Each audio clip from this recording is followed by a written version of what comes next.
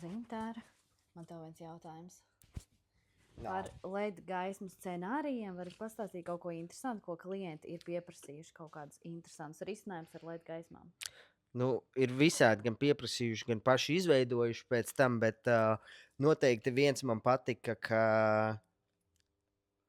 informācija par to, vai vārti atverās, garāžas vārti, vai atbrauc mājās kāds vai nē.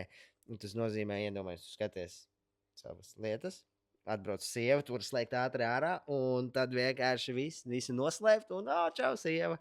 Vai otrādāk, ja sieva sagaida vīru, redz, kad viņš atbrauc, viņas atkal, ok, jāsāk kārtot māju, visu dienu neko nav darījusi. Tas tā stereotipiski, bet jā, nu tādi scenāriji.